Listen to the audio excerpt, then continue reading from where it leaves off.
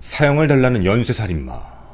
헌데 재판부는 반성을 했다며 감형을 해준 사실을 알고 계신가요? 2023년 6월 23일 대한민국의 서울 고등법원 판결입니다. 유족은 울부짖었습니다. 누가 반성하고 누가 용서를 했다는 것인가? 판사의 머릿속을 들여다보고 싶다. 이는 유족에 대한 2차 가해이기도 합니다. 법치국가에 사는 한 개인으로 가끔은 이해가 가질 않아도 저는 법의 판결에 대한 신뢰를 갖고 있었습니다. 그런데 이날 저는 제 눈을 의심했죠. 정말 이게 맞는 걸까? 기사가 잘못된 건 아닐까? 외부에 공개되지 않은 그 판결문을 꼭 찾고 싶었고 결국 제 눈으로 보게 되었습니다. 믿을 수가 없었습니다. 감정적으로 치우치지 않도록 신중하게 수십 번을 다시 읽었습니다. 항소심 재판부에 정말 묻고 싶습니다. 이 판결이 정당하다라고 생각이 드시나요?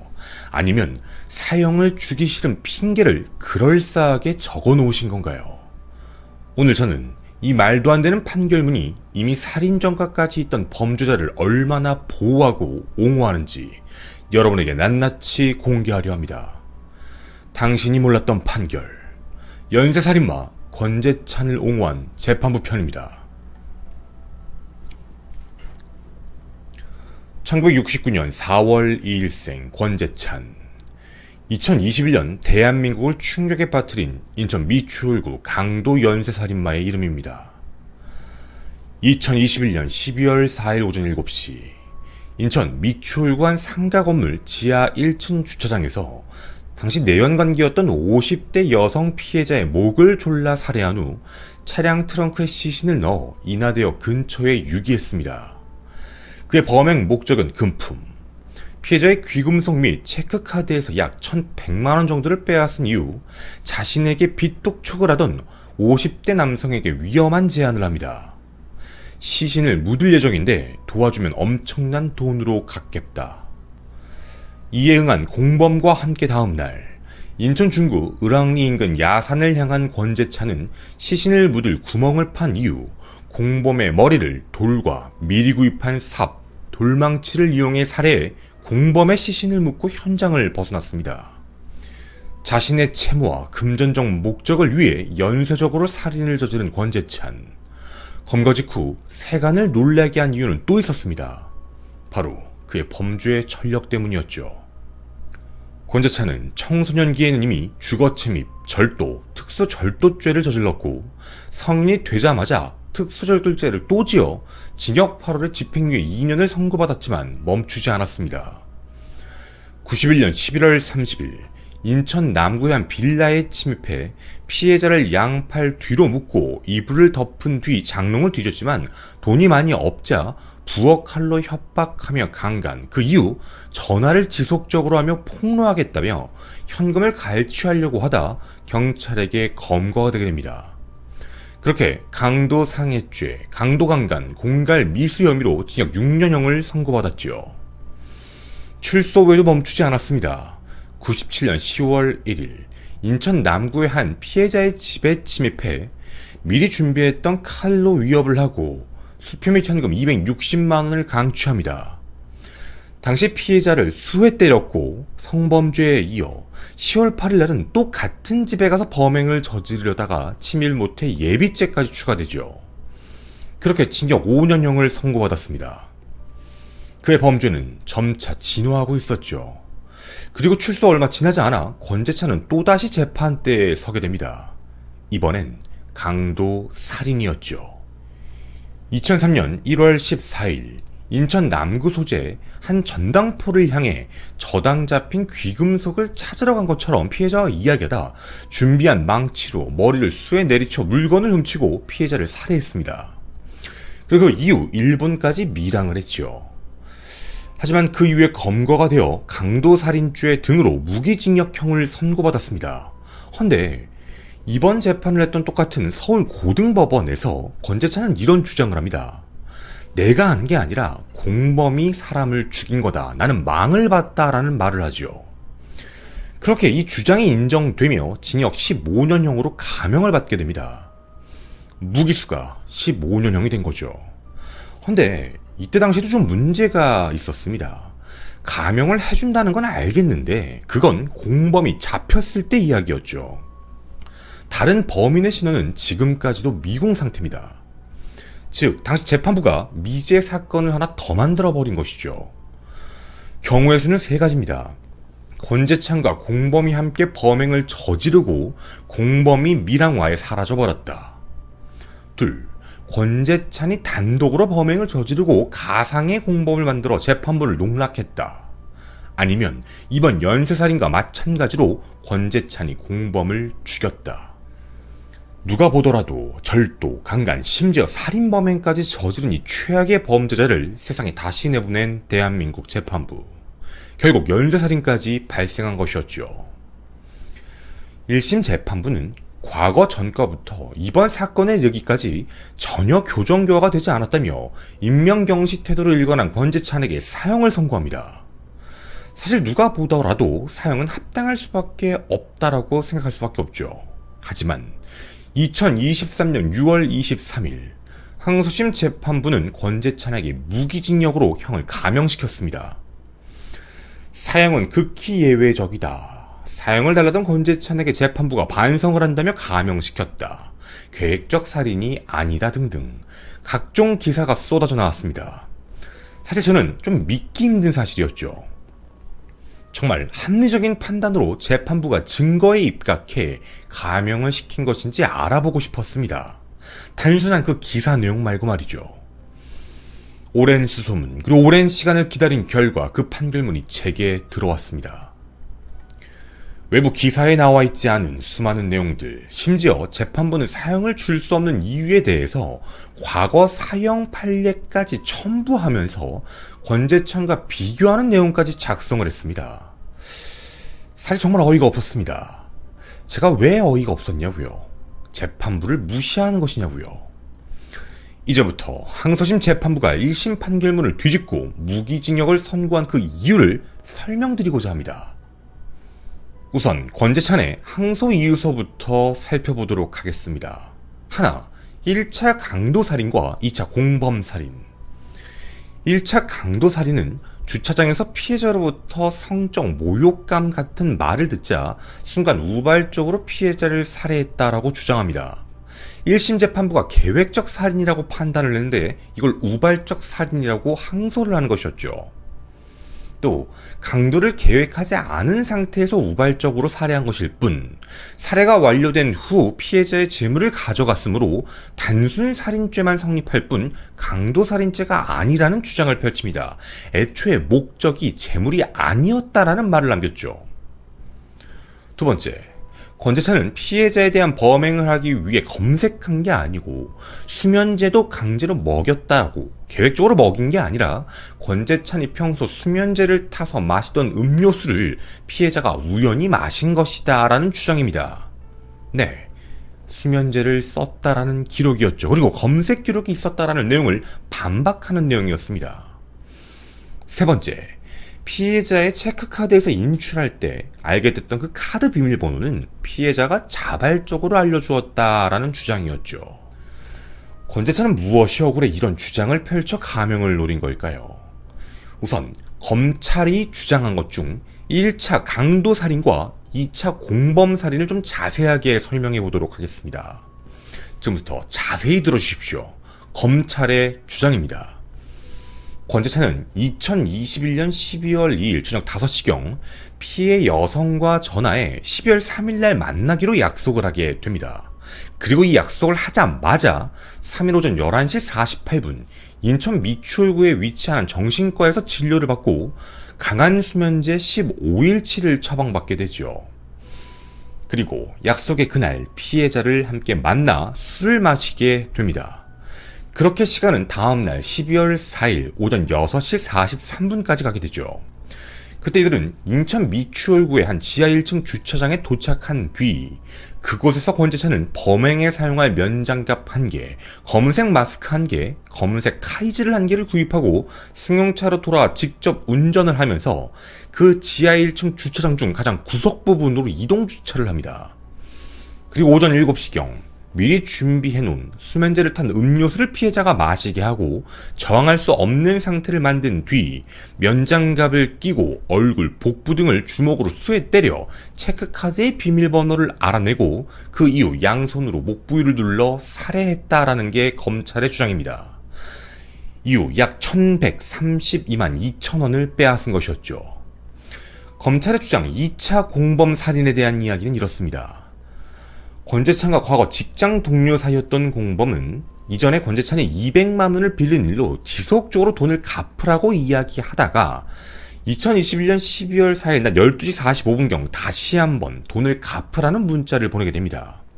이때 권재찬은 사체를 유기하는 쪽에 공범으로 끌어들여 모든 범죄 행위에 대해서 수월하게 할 생각을 하고 있었죠. 근데 거기서 끝났던 게 아닙니다.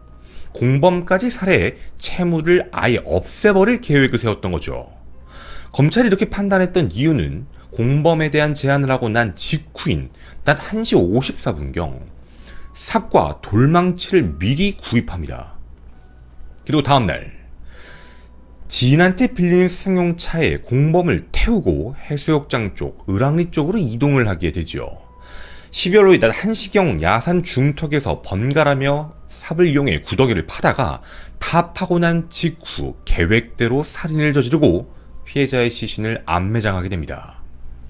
사실 이 검찰의 내용은 확실한 증거들을 토대로 이미 증명된 사실이 있었습니다. 바로 1심 재판부가 이걸 인정하고 선고를 한 것이었죠. 우선 첫 번째로 권재찬은 재물을 강취할 고의를 가졌고 사전 계획하고 준비했다라는 게 입증됐습니다. 이유는 당시에 엄청나게 많은 빚이 있었고 이게 신용대금 연체뿐만 아니라 주변 지인들 그리고 살해했던 피해자와 관련되어 있는 부분에서도 엄청난 채무가 존재하는 상황이었죠. 두 번째, 피해자의 반항을 억압할 수 있는 미리 수면제까지 준비를 했고 휴대폰 검색 기록에는 인적이 없는 거리, 논밭 많은 곳, 복면 절도, 복면 강도, 블랙박스로 차 내부를 확인할 수 있는가 이런 검색 키워드들이 존재합니다. 세 번째로는 신원 노출을 피하기 위해 공범을 끌어들여 공범으로 하여금 피해자의 카드를 가지고 현금을 인출하게 했습니다. 그리고 차량용 블랙박스도 없애 증거인멸을 시도했죠. 자신은 외부에 노출되지 않으려고 했다는 겁니다. 계획적 살인에 대한 증거 두 번째, 범행 현장 지하 1층에 설치된 CCTV 모습에서 나온 것인데요. 당시의 흔적, 이동 경로, 물건 구입 내용, 그리고 소름 돋는 내용도 있었습니다.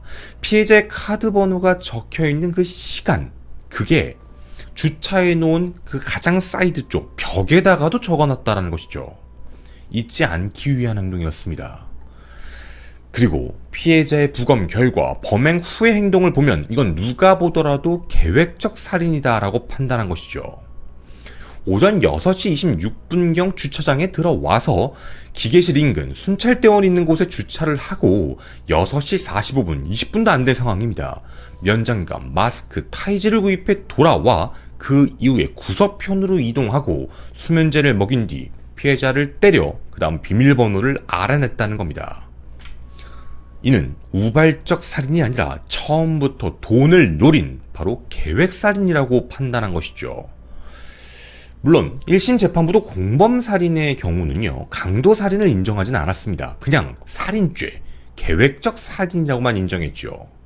그 이유가 있었습니다. 당시 권재찬이 가졌던 돈, 범죄 수익금이 좀 컸는데 당시 공범이 빌려갔던 돈은 200만 원 정도. 만약에 이 200만 원을 갚지 않기 위해 죽였다라고 하기에는 좀 동기가 부족하다라고 이해를 했습니다. 또 만약 죽이고 난 이후에 피해자, 공범에서 카드나 아니면 공범이 갖고 있었던 현금 같은 것을 강제로 회수하려고 했다면 이건 강도 목적이 있을 수 있지만 그런 행동을 하지 않았다라는 이유 때문이었죠. 하지만 이런 결과에도 재판부는 계획적 살인이 맞다라고 판단하며 두 사건을 합쳐 사형 선고를 했던 겁니다. 그런데 항소심 재판부는 전혀 다른 이야기를 합니다. 1차 살인사건이 강도살인사건은 맞다. 하지만 수긍하기가 어려운 부분이 있다라고 이야기를 시작합니다. 강도는 맞는데 살인은 계획이 아니라 우발이다 라는 내용입니다. 과연 어떤 부분일까요? 예를 들자면 휴대폰으로 인적이 없는 거리, 논밭 많은 곳 이런 키워드들을 검색했는지 확인, 그리고 범행 직전 면장갑, 마스크, 타이즈를 산 행위가 정말 범행 준비를 위한 계획인가에 대해서 부정을 하기 시작합니다. 항소심 재판부의 판단, 이 내용을 자세히 들어봐 주십시오. 얼핏 들으면 그럴싸하다라는 느낌인데 자세히 생각을 해보면 좀 이상한 말들입니다. 하나, 권재찬 휴대폰을 이용해 검색한 행위가 계획적 살인이라고 생각하기가 어렵다라고 합니다. 사건 발생 약 한 달 전 11월 9일경이었습니다. 인적이 없는 거리, 논밭이 많은 곳 이런 검색 기록이 있었는데요. 이에 대해 권재찬은 당시 교제하던 사람과 은밀하게 데이트할 만한 장소를 찾기 위해 검색해본 것이다 라는 주장을 펼칩니다. 물론 이 문구 자체는요, 데이트 장소라고 보기엔 좀 애매합니다. 만약 이런 걸 검색하기 전후에 데이트 장소와 관련된 것들, 할 것들, 음식 이런 걸 검색했으면 이해를 할 수 있는데 이건 너무 뜬금없다라는 것이었죠. 또 권재찬이 그 검색한 다음 날입니다. 2021년 11월 10일 이번 사건의 1차 살인사건 피해자 여성과 술 마실 약속을 잡고 이때 당시에도 수면제를 이용해 범행을 시도했습니다. 하지만 수면제를 어디에 놨는지 찾지를 못해 실행에 못 옮긴 정황이 포착됐죠. 자, 그럼 이 사건은 한 달 전에 발생했을 수도 있었다라는 이야기가 됩니다. 헌데 항소심 재판부는 그러나 라는 말을 붙입니다. 검색 시점은 범행일로부터 약 1개월 전이므로 1차 살인사건의 범행 시점과 상당한 시간적 간격이 있어 적어도 1차 사건 피해자에 대한 이 사건 범행을 직접 염두에 두고 계획한 것으로 보이긴 어렵다. 또 피해자로부터 채무 변제 독촉을 받으면서도 서로 내연관계로서 애정관계 같은 걸 표현하는 문자를 주고받은 점을 보면 권재찬이 무조건 거짓말하는 것이다 라고 단정하기 어렵다라는 말입니다. 여러분은 어떻게 들으셨나요? 검색 시점이 범행일로부터 한 달 전이란 말은 틀린 말이 절대 아닙니다. 그럼 이걸 이렇게 생각해 볼 수도 있죠. 최소 한 달 전부터 범행을 계획하고 실행을 시도했다가 무산되었다가 그게 이어져 왔다라는 것이 또 합리적인 판단이 아닐까요? 또 돈을 갚아달라라는 말을 들으면서도 애정 표현에 대한 연락이 있었다는 건 피해자 측에서도 돈을 받을 것이 있기에 상대방과 계속 다툼을 일으키는 것보다 말을 잘해가는 것이 중요했던 게 아닐까요? 또 그게 아니다 하더라도 권재찬의 애정 문자는 실제로 시간을 끌고 범행 준비 과정으로 보는 게 더 합리적이지 않을까요? 결과론적으로 범행을 저지른 권재찬의 모습과 그동안에 나왔던 증거자료들을 부합해보면 어느 쪽에 더 가까울까라는 생각. 지금 재판부가 판단한 이 말은 너무 권재찬의 편에서 생각하는 부분이 아닐까라는 느낌입니다. 또 11월 26일 복면 절도, 복면 강도를 검색 여러 차례 하고 기사를 열람했던 이유에 대해서 권재찬은 당시 다른 사람의 신용카드를 복면 쓴 상태에서 허락 없이 320만 원을 인출했던 적이 있는데 그 사람이 자신을 신고한다고 해서 그것 때문에 검색한 것보다 라고 얘기를 합니다. 물론 이것에 대해 사실 확인서, 주고받았던 메시지, 그리고 돈을 다시 돌려주고 신고하지 말라달라고 부탁한 사실도 있습니다. 이는 증거로서 확인이 되는 사안으로 권재찬의 말이 틀렸다라고 분명 단정할 수는 없습니다. 헌데 이는 좀 다르게 생각해 볼 사안입니다. 권재찬의 범행 동기, 바로 강도, 금품을 노렸다라는 것. 권재찬은 당시 돈이 없었고 돈이 필요한 상태로 불법적인 행동을 이미 그 이전에도 다른 사람에게도 계속적으로 했다는 것. 그 누구든 피해자가 될 수 있었다라는 그 사실입니다. 따로 볼 게 아니라 하나로 이어지고 있었던 내용이었죠. 그리고 블랙박스로 차 내부를 확인할 수 있는가의 검색 키워드는 범행 전날인 12월 2일이었습니다. 이에 대해 권재찬은 차에서 4명이 탔던 적이 있는데 한 사람이 팔찌를 잃어버려서 그걸 찾아볼 수 있는지 한번 검색해봤다라고 이야기를 합니다. 하지만 이 주장도 분명 1심 때 반박된 사실입니다. 장소와 관련돼서 권재찬의 주장은 말의 차이, 그리고 검색에 이른 상황도 앞뒤가 안 맞는 다른 시간이라는 겁니다. 또한 결과론적으로 권재찬은 차량 블랙박스까지 없애버렸죠. 증거인멸을 한 상태입니다. 헌데 항소심 재판부는 이런 사실만으로 무조건 주장이 거짓이다라고 판단할 수 없다라는 모호한 이야기를 합니다. 증거가 뻔히 존재하고 시간도 맞지 않는데 그럴 수도 있다라는 말만 한 것이죠. 그럼 살해 직전 마트에서 샀다는 면장갑, 마스크, 타이즈는 뭘까요? 딱 명칭만 봤을 땐 범행을 하기 위해 산 도구로 보이는데 권재찬의 주장은 주차장 차 안에서 담뱃불에 피해자의 가방이 일부 조금 타자 피해자가 휴지, 갈아 신을 양말을 사오라고 심부름을 시켰는데 자기가 건망증이 심해서 휴지를 못 사고 그냥 청소하려고 면장갑을 샀다라는 황당한 주장을 합니다. 청소를 위해 면장갑을 샀다. 양말을 사오라고 했는데 타이즈를 사왔다. 이게 도대체 무슨 말일까요? 범행에 실제 사용된 도구는 면장갑이었습니다. 타이즈를 쓰지 않고 상대를 제압했다라는 것이죠. 마스크는 얼굴을 가린 용도로 사용했고요. 물론 누구나 예측할 수 있는 사실입니다. 헌데 항소심 재판부는 이 행동에 대해서도 아주 관대하게 평가합니다.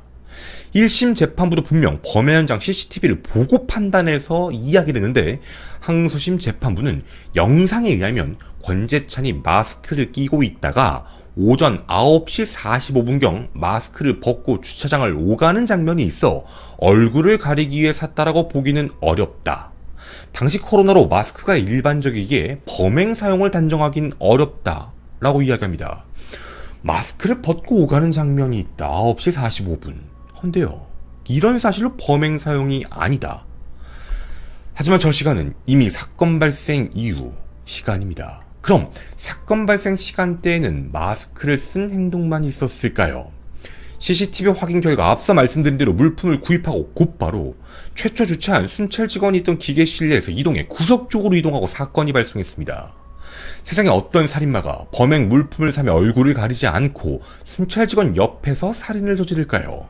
이동하는 건 당연한 목적이 있었다라는 겁니다.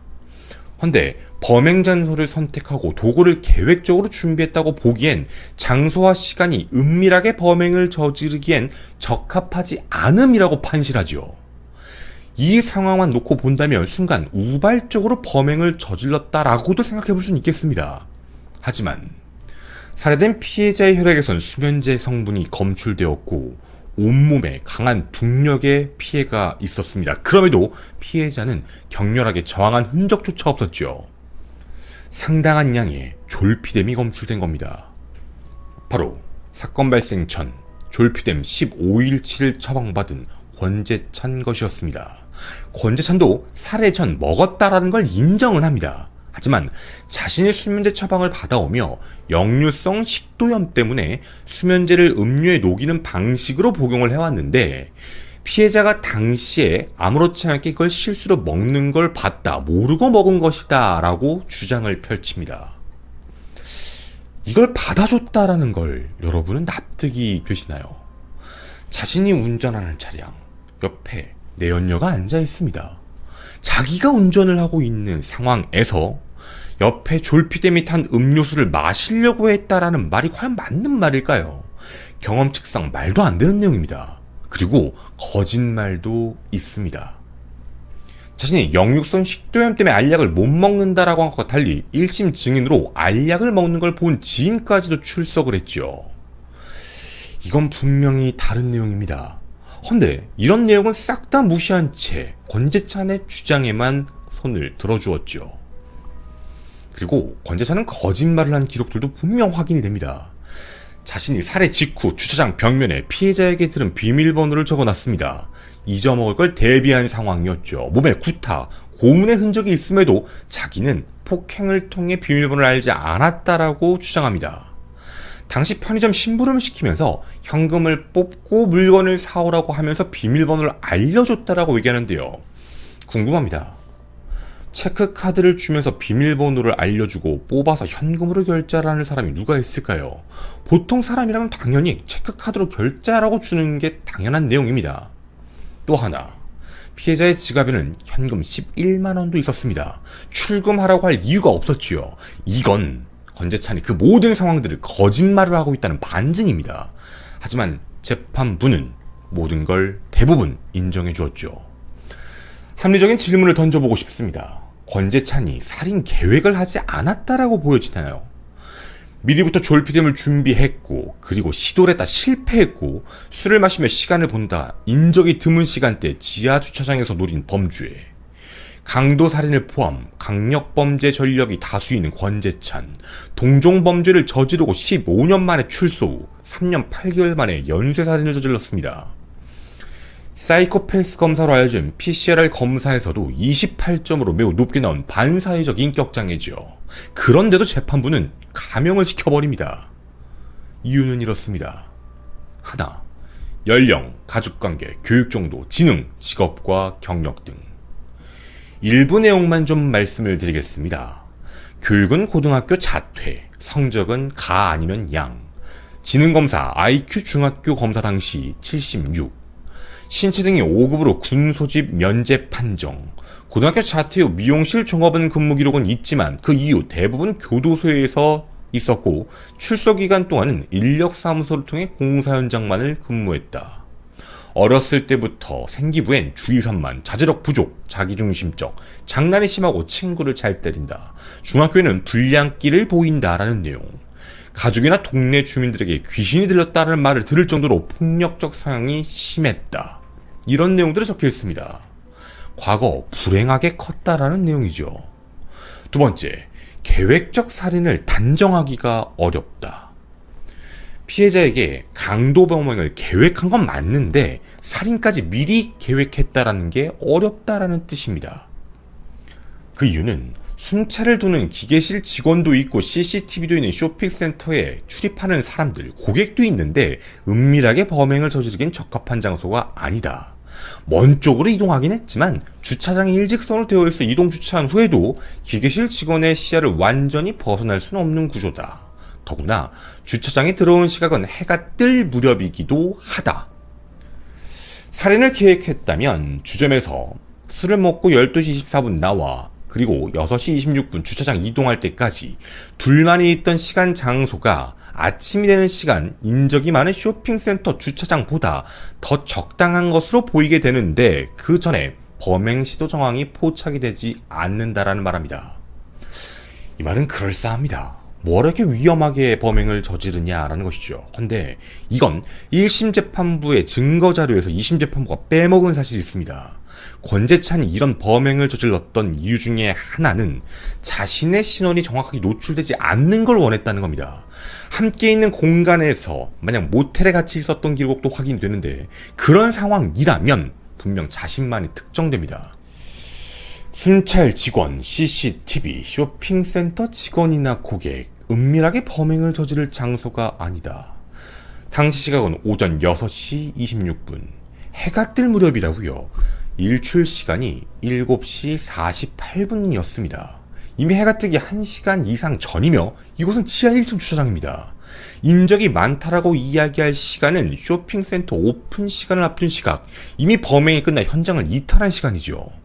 그 누구보다 가장 안전한 장소가 이곳이었을 겁니다. 이 차량도 권재찬의 차량이 아니었으니 말이죠. 만약 이 말대로라면 모든 계획범죄 살인마들은 CCTV 없는 곳만, 공터, 바닷가, 산속 이런 곳에서만 범행을 저지르는 걸까요? 그럼 그걸 피해자는 가만히 보고 있을까요? 그리고 요즘 대한민국에 CCTV와 블랙박스가 어디든 있다는 사실을 모르는 범죄자는 없습니다. 주차장 도착 전까지 범행을 시도한 정황이 보이지가 않는 데가 아니라 그 3시간 이상의 공백 기간 동안 무엇이 있었는지 권재찬도 입을 열지 않는 상황이죠. 그럼 권재찬은 무엇을 했을까? 앞서 졸피뎀을 먹일 기회를 엿보지 않았을까요? 운전을 하고 다니며 자기가 먹으려고 했던 건데 피해자가 먹으려고 했다라는 말이 정말 앞뒤가 맞는 말인지, 왜 연쇄살인마의 말에 놀아나는지 이해가 가지 않습니다. 항소심 재판부는 또 이런 말도 남겼습니다. 공범살인도 계획을 해 살해한 걸 단정하기가 어렵다. 만나기로 한 다음 철물점에서 삽과 돌망치를 샀습니다. 사실 가장 큰 문제가 돌망치에 대한 문제였죠. 시신을 야산 중턱에 유기하기로 하고 구덩이를 파는데 삽을 쓴 건 인정이 됩니다. 근데 돌망치를 왜 샀느냐라는 질문에 권재찬은 당시 겨울이고 땅이 얼어있을 여지가 있으면 땅을 파다 돌이 나오거나 잘 파지지 않을 경우를 대비해 샀다라는 말이 그럴싸하게 들립니다. 분명 순서는 제안을 하고 권재찬이 삽과 돌망치를 구입했습니다. 재판부의 말대로 돌망치를 이상하게 볼 수밖에 없죠. 헌데 당시 겨울이어서 땅이 얼어있으면 안 되니 대비해 돌망치를 샀다라는 말이 왜 그럴싸하게 들리는 걸까요? 조금만 검색해봐도 알 수 있습니다. 당시 인천 지역 날씨는 비가 내린 날이 3일 기준 1.4mm, 흐르지도 않는 이슬비 수준으로 잠깐 내리다 말았습니다. 언적도 없지요. 그리고 당시 최고 기온은 7도나 기록했습니다. 그 전, 그 사건 발생 이후도 아예 비가 내린 날이 없죠. 이미 땅이 얼어있을 수도 없는 상태라는 점입니다. 땅이 얼어있을 수도 있다라는 상태를 상상할 이유가 없었다라는 뜻이죠. 정말 그런 생각이 있었다라면 우발적으로 범행을 저지를 당시 주변에 있던 돌이었으면 충분합니다. 삽이었으면 충분합니다. 분명 돌망치를 이용해 머리를 공격했죠. 가명 이후 세 번째, 반성. 권재찬은 살해에 대해 자백을 했다. 1심 때 2번, 항소심 2번, 그리고 변론 종결 후 2번이나 반성문을 제출했다. 대부분의 내용이 살인은 계획적인 게 아니다라는 말이 있지만 피해자들에 대한 사죄, 죄책감으로 죽음으로써 죄값을 치르겠다라는 반성도 있다. 최후 변론에서 사형에 대한 불만도 없으니 항소를 기각해달라라는 진술을 했다는 것. 자신의 죄값을 치르겠다는 반성으로 볼 수 있다라며 재판부가 반성했다고 인정합니다. 재판부는 권재찬을 안쓰럽게 바라본 걸까요?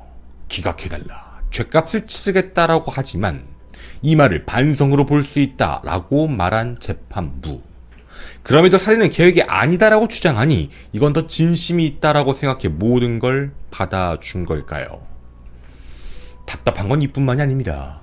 유족에 대한 피해복도 없는 상태로 유족조차 용서하지 않고 엄벌을 요청했습니다. 하지만 재판부는 반성이란 이름으로 감형시켰습니다. 재판부를 향한 반성이 유족의 아픔보다 우선시되는 이 모습은 참 아이러니합니다.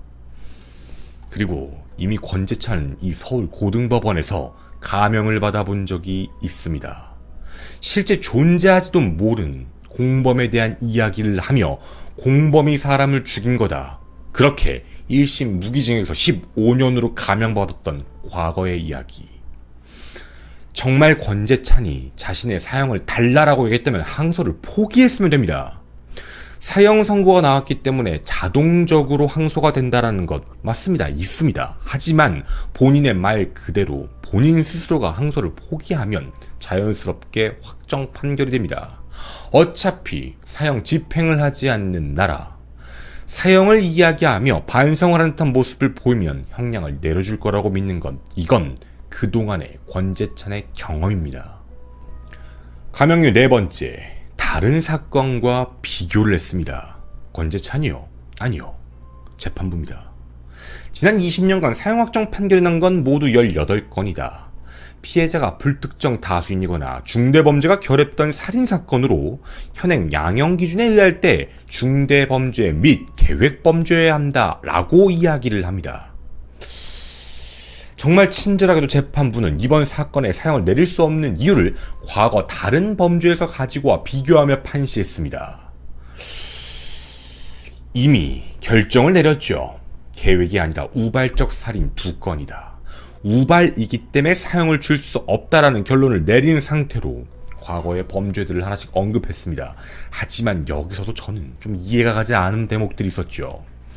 우리에게 잘 알려진 사건들도 그 안에 있었습니다. 바로 사형수 장재진, 대구 살인사건의 범인이었죠. 죄질이 더 무겁다라고 평가합니다. 2명을 살해했고 계획적 범죄이며 잔혹한 범행수법. 이 사건과 비교해 이 사건은 우발적 살인이고 잔혹하지 않은 범행수법이라는 것이죠. 돈을 들여 미리 졸피뎀을 준비하고 폭행, 고문에 비밀번호 알아내고 목을 졸라 살해 후 시신을 유기했고 공범까지 돌망치로 살해해 암매장한 연쇄살인마 권재찬. 과연 더 중한 범죄가 아니라고 볼 수 있는 걸까요? 이렇게 말해도 아직 남은 게 있습니다. 과거 전과가 있죠. 장재진과 다른 점입니다. 말만 바꾸면 권재찬이 더 중한 형량을 받을 이유를 언급할 수도 있다라는 겁니다. 또 광주 목포에서 발생했던 사건, 알던 피해자를 끔찍하게 살해하고 다른 피해자 신용카드, 현금을 인출하는 데 이용한 뒤 공범을 살해, 사체 은닉한 이번 사건과 비슷한 사건입니다. 헌데 이 사건은 사형 확정 판결이지만 계획적인 이유를 대고 다르다라고 이야기하며 사형을 줄 수 없는 이유를 댑니다. 그리고 이 판결문에는 처와 자녀 3명을 살해했다라는 대전 사건도 언급되어 있습니다. 사형수지요. 사망보험금 돈을 목적으로 독약을 넣어 살해하고 막내 아들은 목을 졸라 했던 사건. 이건 사형을 받아 마땅하다라고 판단합니다. 그럼 문득 궁금해진 사건도 하나 있습니다. 얼마 전 저희도 방송을 했었지요. 광명 세모자 살인사건. 아디오스, 왜 이렇게 죽지 않지? 죽는 거냐? 응, 죽는 거야. 이렇게 일가족을 끔찍하게 살해하고 계획적으로 자신의 알리바이를 만들었던 중대범죄. 그런데 그는 왜 사형이 아닌 걸까요? 또 하나 더 있습니다. 현재 대법원의 판결을 기다리고 있는 공주교도소 살인사건. 이미 무기징역을 선고받고 복역 중이던 피고인이 같은 방실에 있는 재수자를 오랜 시간 폭행해 사망에 이르게 한 살인사건입니다. 1심은 무기징역이었죠. 근데 이례적으로 항소심 재판부가 무기징역 이하의 형을 선고하는 것이 무슨 의미냐며 사형을 선고하게 됩니다. 법은 누구에게나 평등해야만 합니다. 하지만 이 기준은 과거의 판시를 가지고 온 구시대적이라는 생각이 듭니다. 과거 사건을 비교하게 되면 8, 90년대의 사형 판결 후 집행한 사건의 범인들은 현재 2023년 그 정도의 범죄는 대부분 무기징역 혹은 유기징역형이 나오는 판결문이 대부분일 것입니다. 시대는 변화하고 날로 범죄는 진화하고 있습니다. 많은 사람들은 불안해하지요. 사형을 정말 선고할 수 없다면 사회에 복귀시키지 않는 가석방 없는 무기징역형이라도 새로 만들어야 되는 게 아닐까요? 법이 없다고 무기징역형만 내리는 것 아니요. 아직 대한민국엔 형법상 최상단 사형부터 존재합니다. 그 사형을 집행하지 않는 국가일 뿐입니다. 그럼 그 대비책이 필요한 게 아닐까요? 저는 권재찬의 이 항소심 판결문을 감히 이렇게 생각합니다. 사형을 줄 수 없어 기어코 이유를 찾아내 작성한 저급한 판결문. 갑자기 이런 생각이 듭니다.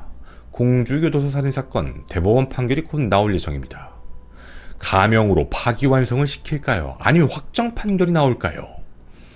공주교도소 사건의 두 번째 피해자는 계획적 살인이 아닌 지속적 폭행에 의한 사망살인사건입니다. 그럼에도 교정시설에서 반성해야 할 무기수가 또다시 사람을 죽였으니 교정측에 대한 도전으로 사형을 선고 확정 판결한다면 유족들이 이해할 수도 없고 용서할 수도 없는 판결 또한 다시 한번 검토해봐야 된다고 생각합니다. 권재찬의 항소심은 끝났지만 아직 대법원의 판단이 남아있습니다. 현재 검찰은 상고를 제기한 상태죠. 바로 체증법칙의 위반이라는 판단입니다. 항소심 재판부의 법관이 사실관계를 확정하기 위해 증거를 취사 선택할 때 지켜야 할 논리칙과 경험칙을 이야기하는데 그걸 깨고 있다는 겁니다. 앞서 말씀드린 필요한 권재찬에게 유리한 것들만 뽑아서 판결문을 썼다라는 것이죠. 유족분들의 절규, 그곳 현장에 계셨던 분들이라면 다 기억하실 겁니다. 울고 계셨습니다. 반성하고 있다. 계획적 살인이 아니다. 부디 정의를 수호하는 대법원의 현명한 판단을 기대하겠습니다. 여러분의 많은 의견 댓글로 기다리겠습니다. 감사합니다.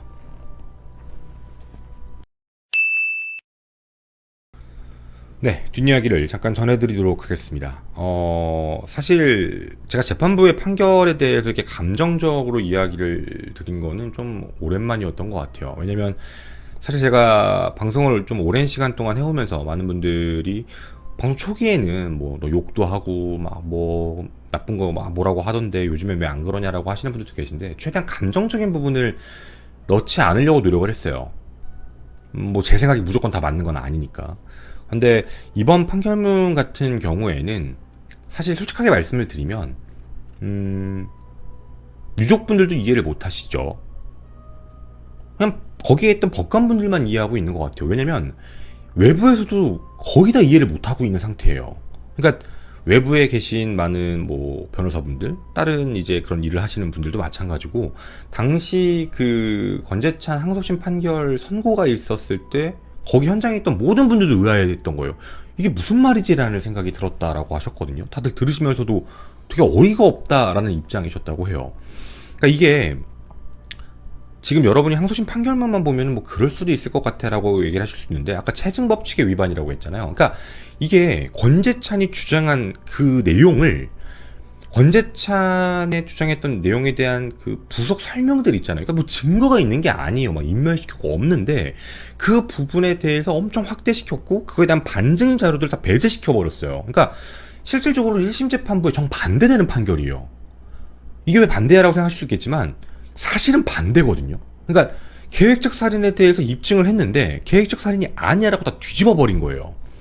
형은 사형에서 무기징역형으로 나왔지만 사실 판결 자체 그 죄명에 대한 부분은 거의 정반대로 됐다라고 보는 게 맞다라는 내용이죠.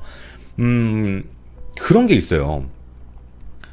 사형 선고가 굉장히 이게 좀 신중해야 된다라는 이야기를 늘 해요. 뭐 냉엄한 뭐 문명 국가로서 냉엄한 뭐 어떤 형벌이 맨날 이런 말들 갖다 붙이는 거 알고 있는데, 권재찬은 이미 전과도 있고 그리고 이미 출소하자마자 얼마 되지도 않아 또 범행을 저질렀고 그 사이에도 엄청나게 많은 절도 범죄도 되게 많았었어요. 교정교화가 전혀 안 된 케이스잖아요. 그 책임도 어쨌든 재판부가 졌었어야죠. 왜 15년하고 내보내가지고 또 이런 일들 일으키고 계속 그래왔으니까. 근데 이번에도 또다시 그래버린 거예요. 무기징역형이죠. 사실 여태까지 무기징역을 줄 때 뭐 계획이 아니라 우발살인에 가깝다라고 했을 때 좀 애매하지만, 그래 뭐 증거가 좀 부족하니까 그럼 뭐 누군가가 수사를 잘못했겠지, 이런 부분들이 끼면서 최대한 그런 쪽에 대한 얘기를 하면서 지나가는 경우도 있었는데, 이건 진짜 아니거든요. 너무나도 권재찬을 사형을 주지 않기 위한 방식으로만 끌고 왔다는 느낌이에요. 그러니까 오죽하면 그런 판단이 나와요. 기사에서도 사형을 달려고 얘기했는데 반성했다라고 받아들여서 감형을 시켜버렸다, 이런 이야기의 기사가 나와버리는 거거든요.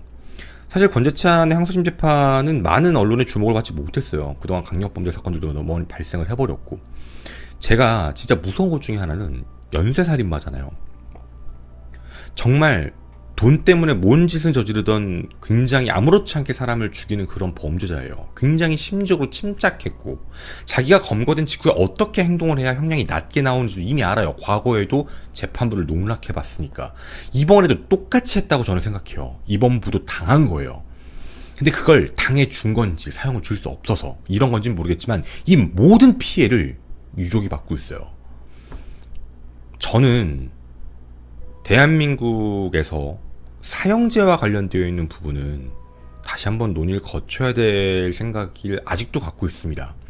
방송 전에는, 이런 방송하기 전에는 저도 사형제에 대한 게 좀 반대 입장이 강했는데, 과거와 달리 요즘에는 수사에 대한 부분들도, 옛날에는 좀 나쁜, 그래서 뭐 일부러 뭐 범인 만들고 이런 게 있었지만 요즘에는 어쨌든 그게 좀 어렵잖아요. 현재 그만큼 발전도 해왔고, 이런 상황 속에서 사형 집행과 관련되어 있는 문제, 누군가를 억울하게 증거를 조작해서 사형수를 만든다는 건 사실 거의 불가능에 가까우니까 사형 집행을 할 수 있는 그 어느 정도 가이드라인이 만들어져야 된다고 봐요.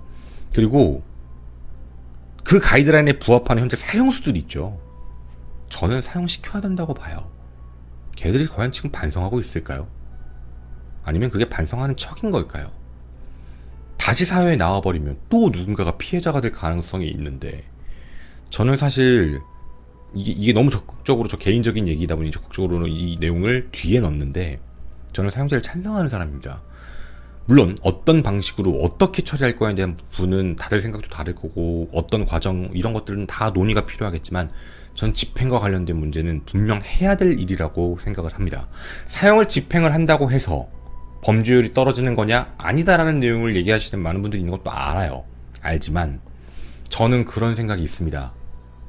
나의 가족의 목숨을 빼앗아간 사람이 내가 용서하지 않았는데 대한민국 땅 안에서 살아 숨쉬면서 힘들겠지만 먹여주고 재워주는 공간 아래 생활한다는 걸 과연 어떻게 바라봐야 될까라는 생각입니다. 물론 너무 감정적인 게 앞설 수도 있겠지만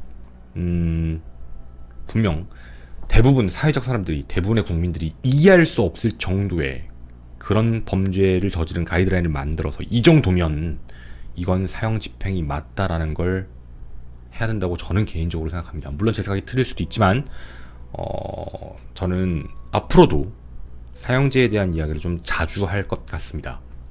그리고 여러분의 많은 의견들도, 여러분의 생각도 같이 공유를 하고 싶습니다. 댓글 다 읽어보고 있거든요. 저와 생각이 다르다고 여러분이 잘못됐다고 느끼지 않고 전 악플이라고 생각하지 않습니다. 여러분의 의견, 여러분에게도 배우는 게 제가 많기 때문에 여러분의 의견도 과감 없이 남겨주셨으면 좋겠습니다. 감사합니다.